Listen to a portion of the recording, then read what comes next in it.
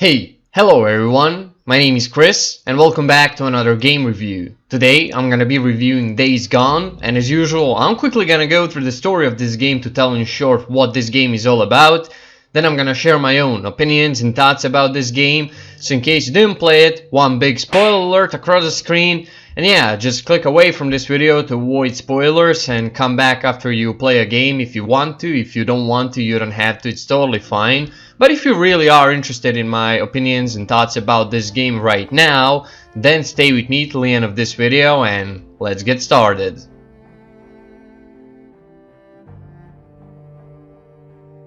Alright guys, Days Gone is a single player only third person action stealth survival open world game set in a post-apocalyptic zombie America, and the game was originally released in 2019 as a PS exclusive only, and it was developed by Ben Studio, and it was developed in more modified version of Unreal Engine 4. Now, just like Horizon Zero Dawn before it, Days Gone also got ported from PS to PC this year, and once again this was a great choice the developer made because of two reasons. First, they can make more money because PC players will buy the game and play it, and second reason is that everyone gets to enjoy this game and experience it, and this is how it should be with all games in my opinion. They should be available for all platforms so everybody could enjoy the games and we could finally end this console PC war shit that is totally unnecessary and just enjoy the games. Anyway, story of Days Gone puts you in the shoes of Deacon St. John, an outlaw biker who finds himself stuck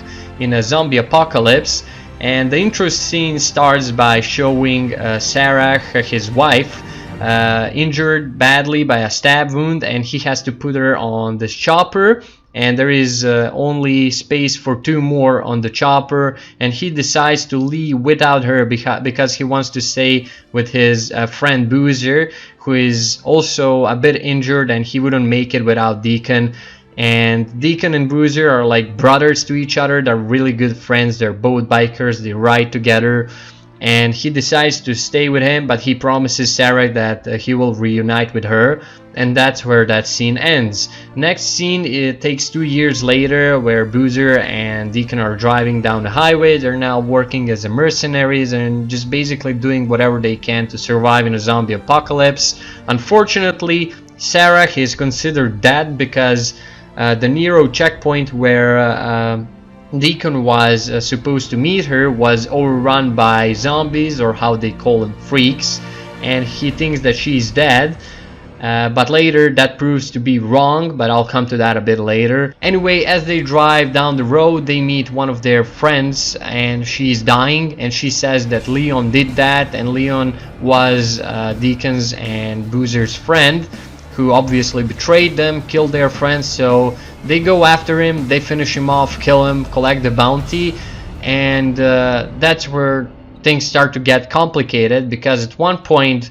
Boozer gets jumped by a group of these rippers, which are basically cultists and crazy bandits in Apocalypse. They worship freaks, they cut themselves with knives and have scars all over their bodies.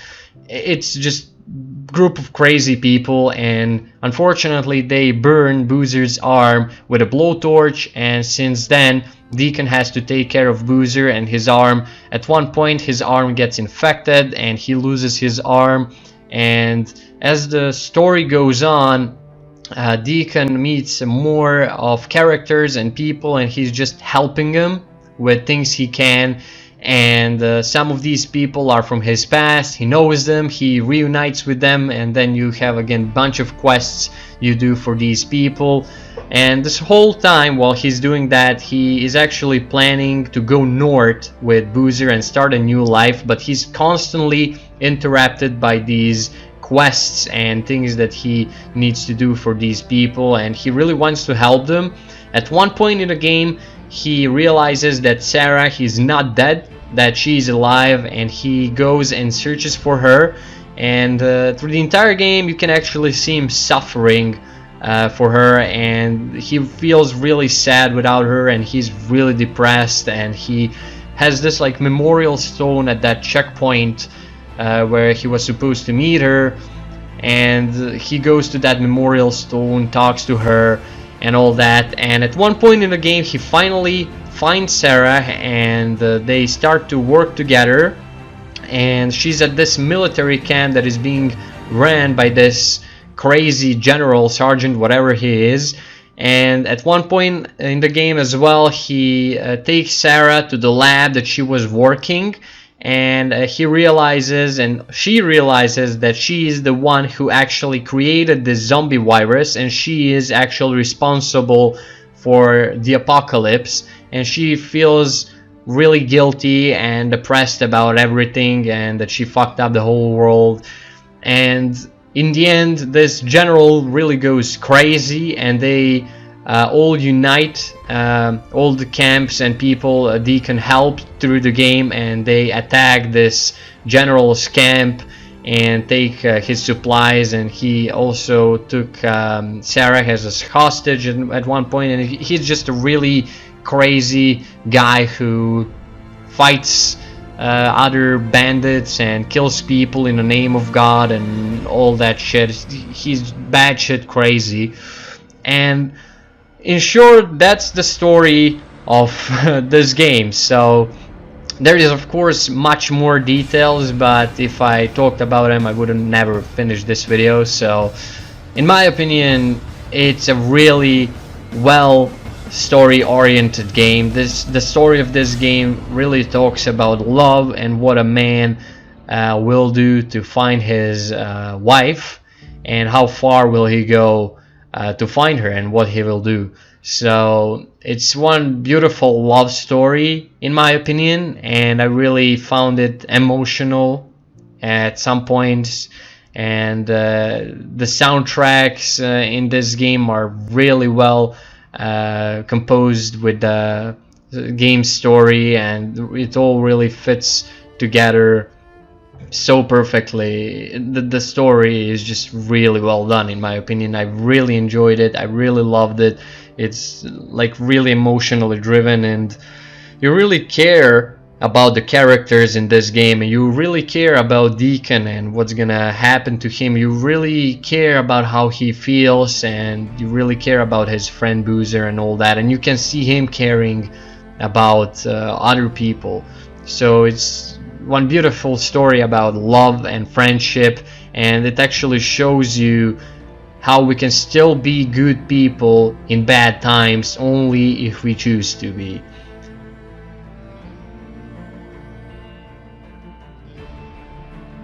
Besides great story, this game also has great gameplay that I absolutely fucking love.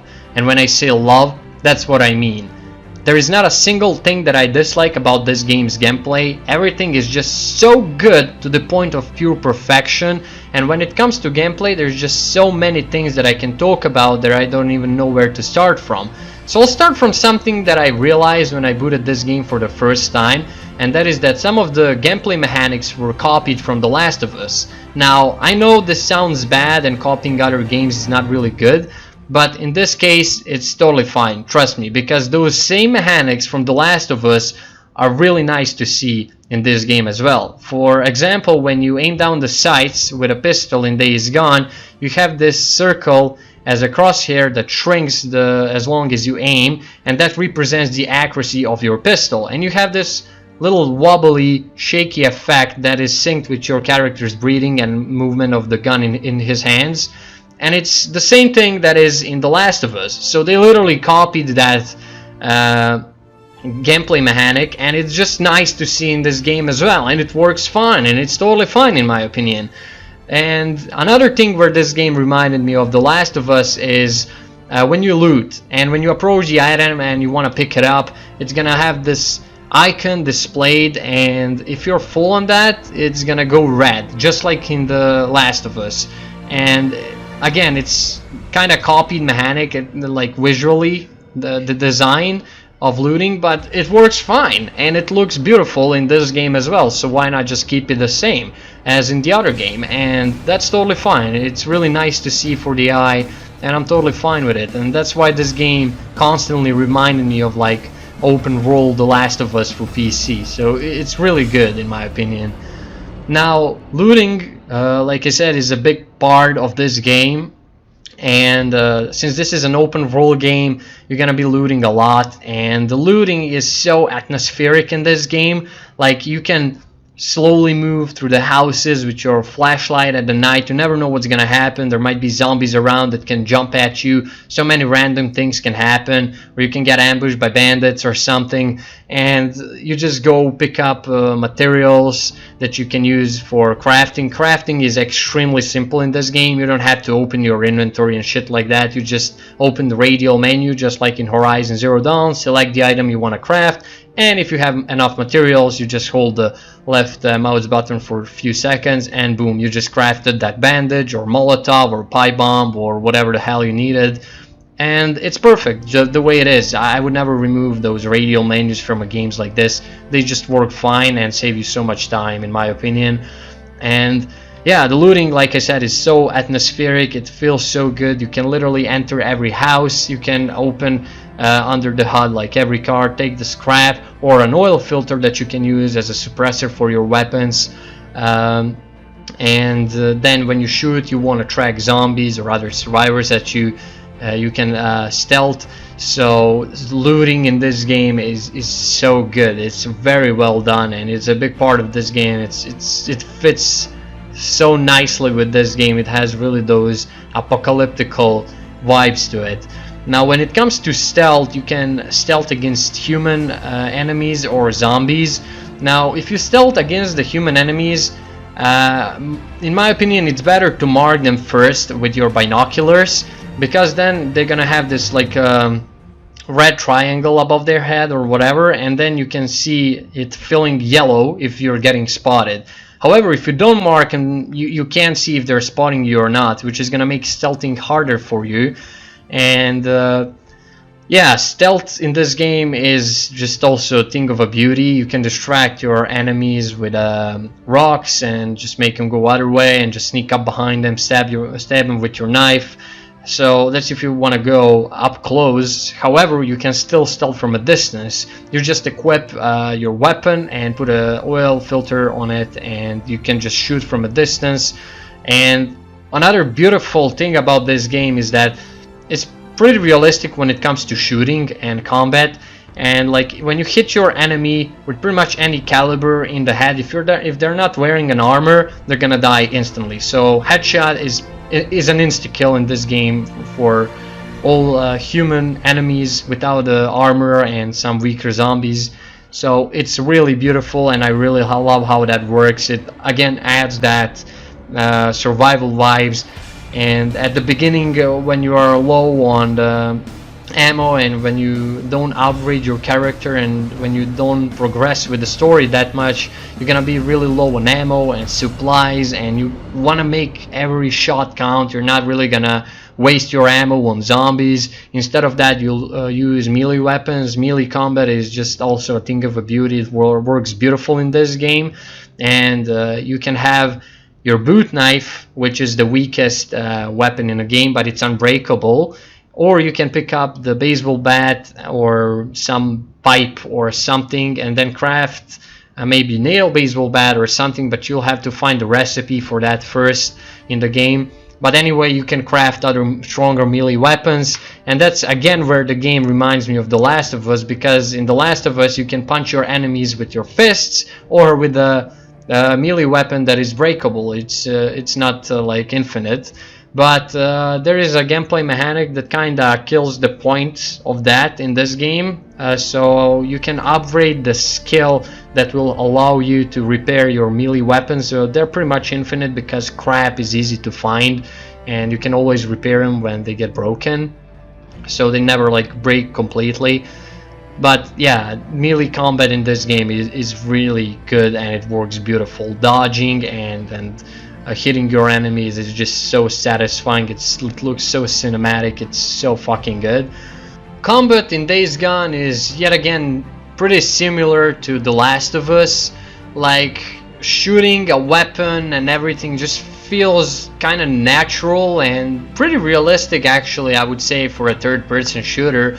It fits really nice with all the effects and everything. It just looks cool, and again, those shootouts between you and the enemy just kind of feel like post-apocalyptic. You're not really gonna just spray all your bullets. You're gonna carefully hide behind the cover and wait for your enemy to peek so you can shoot him and all that kind of stuff. It really feels nice. But yet another thing that I was kind of annoyed with is like reload animations. Like Deacon mag flips every single fucking weapon there is in a game. Like, it's kind of stupid that they only have one fucking animation for reloading like weapons with the magazines. It's annoying. That's something I was annoyed with a little bit, but overall pretty fun. Combat is really fun and an interesting thing in this game, definitely.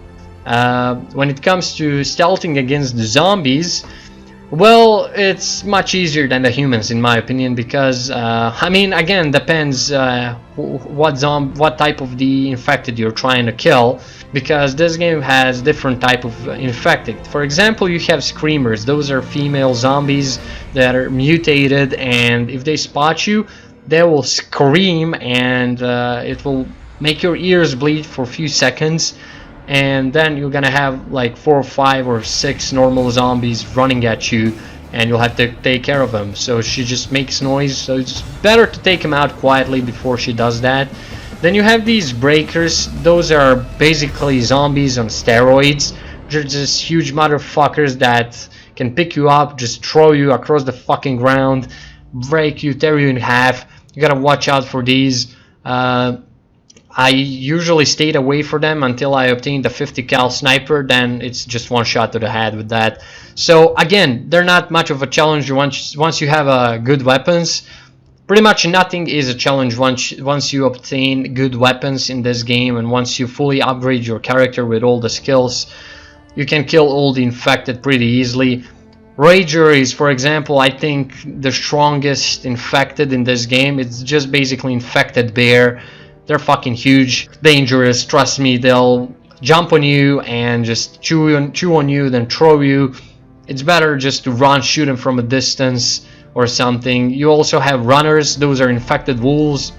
They can run really fast. Like, you can be driving a bike and they'll keep up with you. It's better just to shoot them immediately, but they're much weaker than the bear.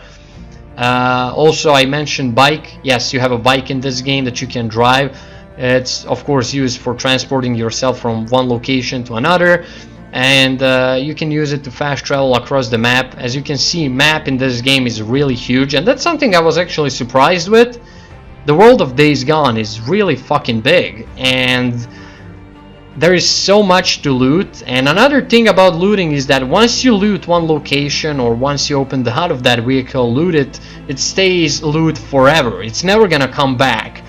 And I was really confused about that for a moment, because like, what if I waste all my materials like scrap and ammo, or like, what am I gonna loot? Where am I gonna get the ammo from if I don't have money to purchase it on the camps? And then I realized that map is actually huge, so you don't really have to worry about that. There is always something to loot, or quests to play, so you can earn money and just refill your ammo at the camps or whatever. So bike is not infinite with the fuel. It can run out of fuel, and once you run out of fuel, you cannot fast travel. If you want to fast travel in this game, it will cost you the fuel from your bike. The longer the distance to fast travel, the more fuel it will require. And that's, for example, a nice feature and mechanic that I really liked. Now, bike fuel is not really hard to find. You can just take your bike to the fuel station that still somehow has fuel in it. Doesn't make much sense in a zombie apocalypse, but yeah, it is what it is. Or you can find this like gasoline canister that are also like infinite. They're red colored small canisters, and you can just pour the fuel into your bike as much as you want. But if you don't want to screw around with that, looking for fuel or those fuel cans, you can just go to the camp and just pay with your money to refuel and repair your bike. Or you can repair your bike with a scrap that is also pretty easily obtainable. So money in this game actually makes it easier. You don't have to look for stuff, you don't have to loot for stuff, you can just purchase things that you need. And another thing that you can do with the bike is upgrade it. So bike at the beginning of the game that you have gets destroyed, and then you find another bike that is fucking shit at first, but as you progress with the game you'll be able to find new parts for it that you can purchase and then put onto your bike, and all that will matter. For example, a better exhaust tip will make less noise, which will attract less zombies when you drive around them. Better tires will make you easier to drive on snowy surfaces or through the mud. Forks, for example, will reduce the damage on a bike when you jump with it from higher ground and all that kind of stuff. So all these bike parts, not only they change the bike visually, they actually have a purpose, and I really like that. The developers really thought of everything about this game.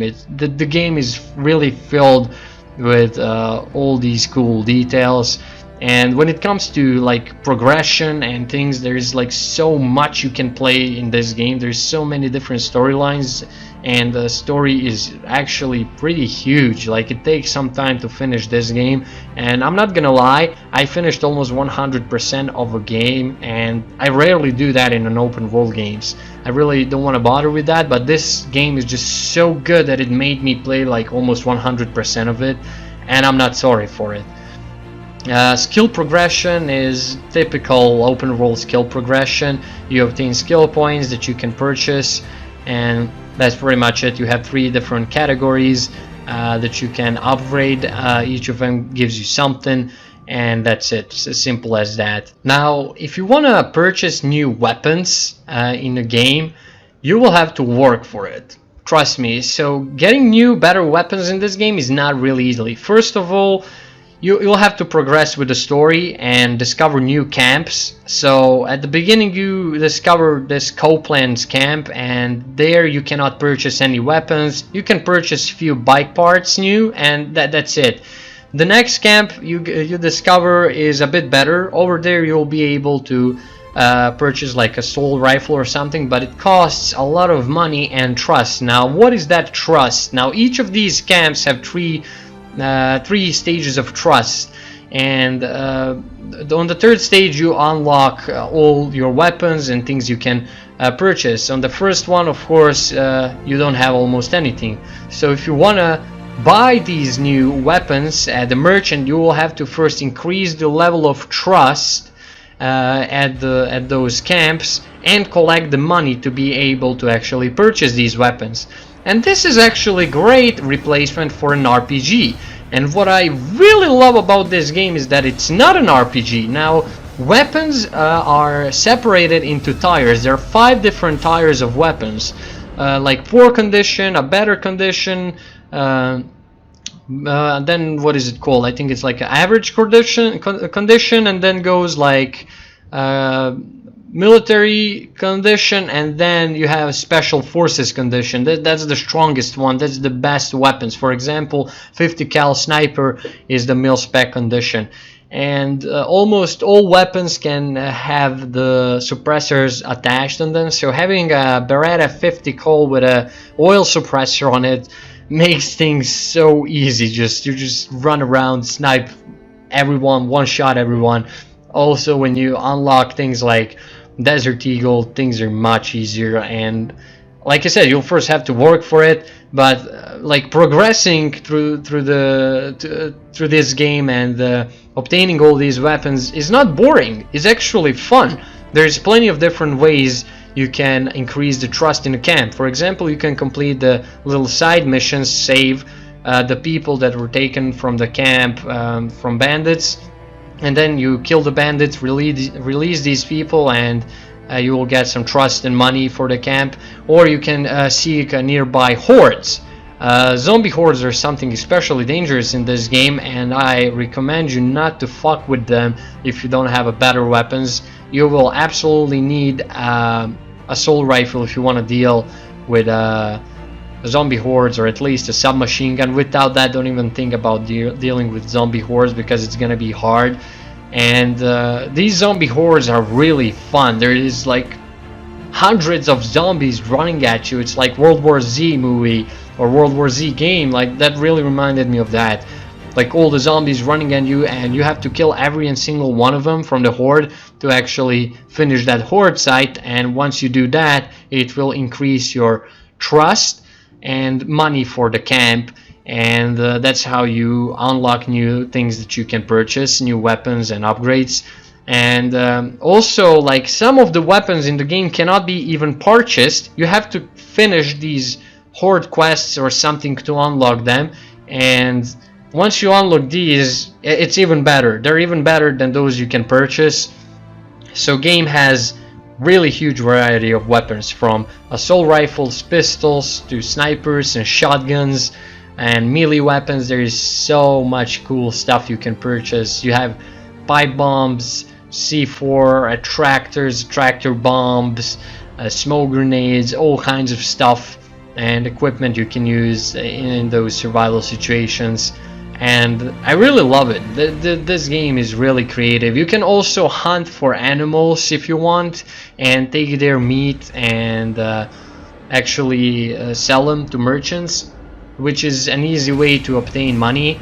So it's really cool. Sometimes you can just like walk around nature and hunt deers or bears or wolves or whatever. But some of these animals, of course, will attack you, so be aware of that.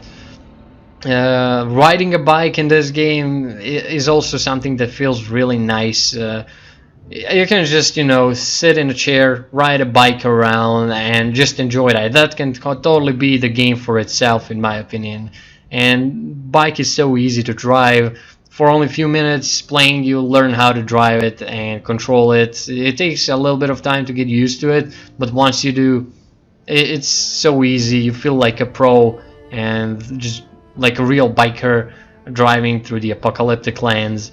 It's so cool. I really love how it has those survival vibes through it the entire time. There is even a photo mode that you can use to take some cool screenshots. So yeah, you can do that as well. Like, I really like everything about this game. I don't know how to describe it. It's just a perfect looking game for me, in my opinion. So with all these special infected and everything, it's so cool. Like, it adds some different variety of enemies, and you have to have a different approach to them. For example, these little newts that will jump on you, or they will attack only if you're like low on health, or if you endanger their space. Newts are basically infected children.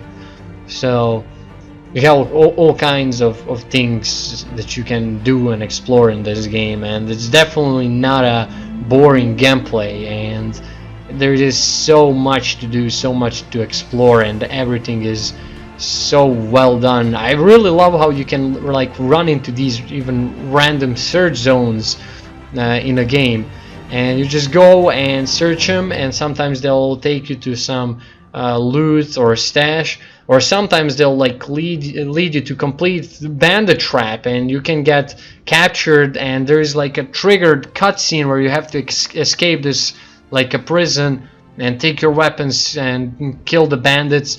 It's so freaking cool. When I saw that, I was like, no way, like this can be completely entire game just by doing that. You can just drive your bike around, and bandits will like ambush you by stretching the wire across the street and knocking you off a bike, or they'll push a burning vehicle in front of you. There's so many different animations and ways that bandits can ambush you, and it's so random in the environment. It can happen at any time, and it's so freaking good. I really enjoyed it. And then you just get off the bike and shoot these bandits, defend yourself, and the blood splatter that you see when you shoot the enemies and the animals and zombies, pretty much everything. The effects in this game are just so freaking cool, man.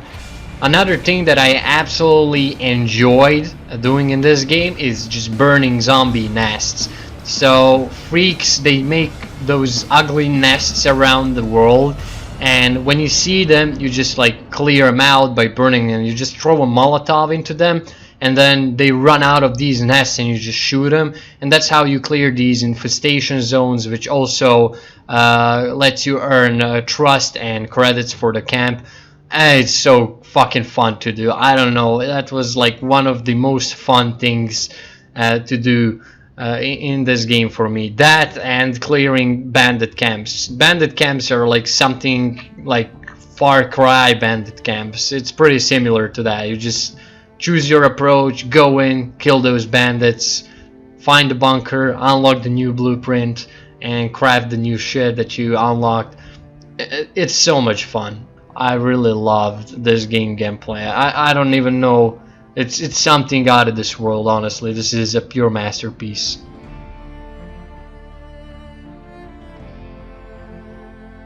Alright, for the end, as usual, let's talk about graphics and optimization of Days Gone.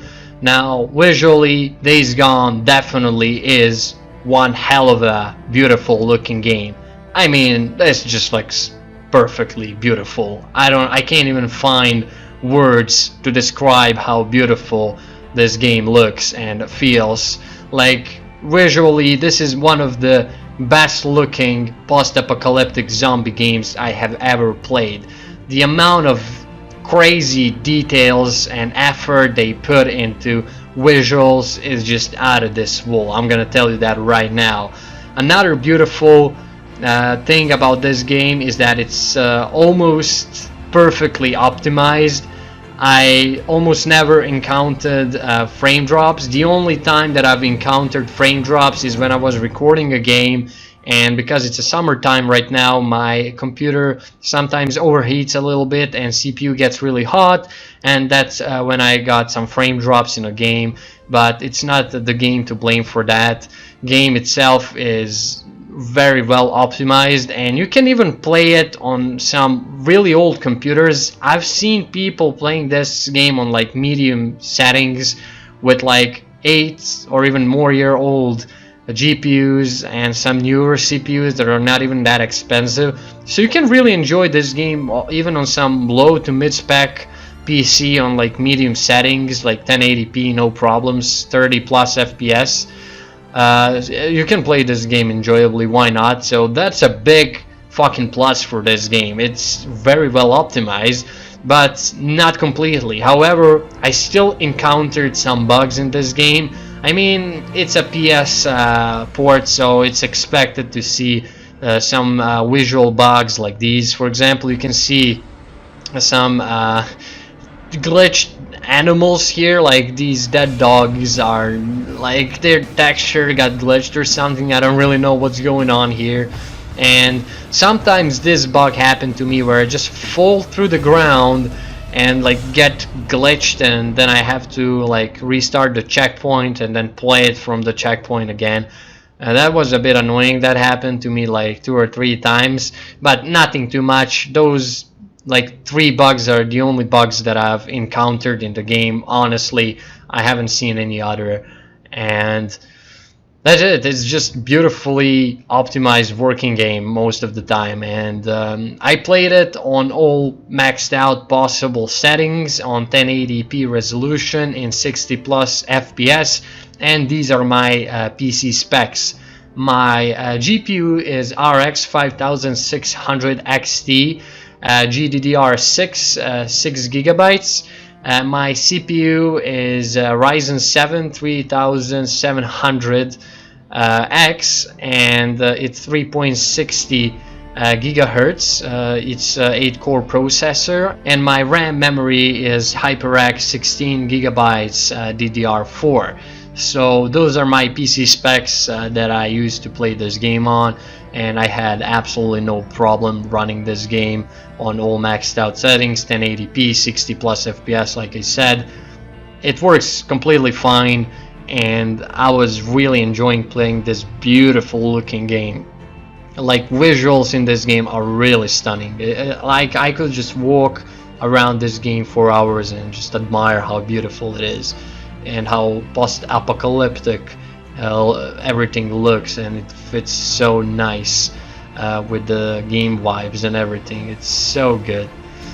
Anyway, guys, if you are a fan of post-apocalyptic games, if you love games like these, I would definitely recommend you to check out Days Gone. It's a game that you definitely not regret playing. and this is one of the games that will actually stay in my memory for quite some time. Actually, this is one of those great fucking games that I just love. I could totally just boot it up right now and replay it all over again. I'm not gonna get bored of it. It's a really good game, honestly, and if you're a fan of these things, you should definitely check it out. Anyway, guys, that's it for this review. I hope you enjoyed it. If you did, then go ahead and leave a like, share, comment, or subscribe if you want to. If you don't want to, you don't have to. It's totally fine. You can also join my Chris Facebook group. Link is down below in the description. I post all kind of stuff over there. And that's it, guys. I love you. I'll definitely see you in the next videos. I just want to say one big thank you for all of your support and everything you've done for me and my channel so far. You're awesome. And Chris out.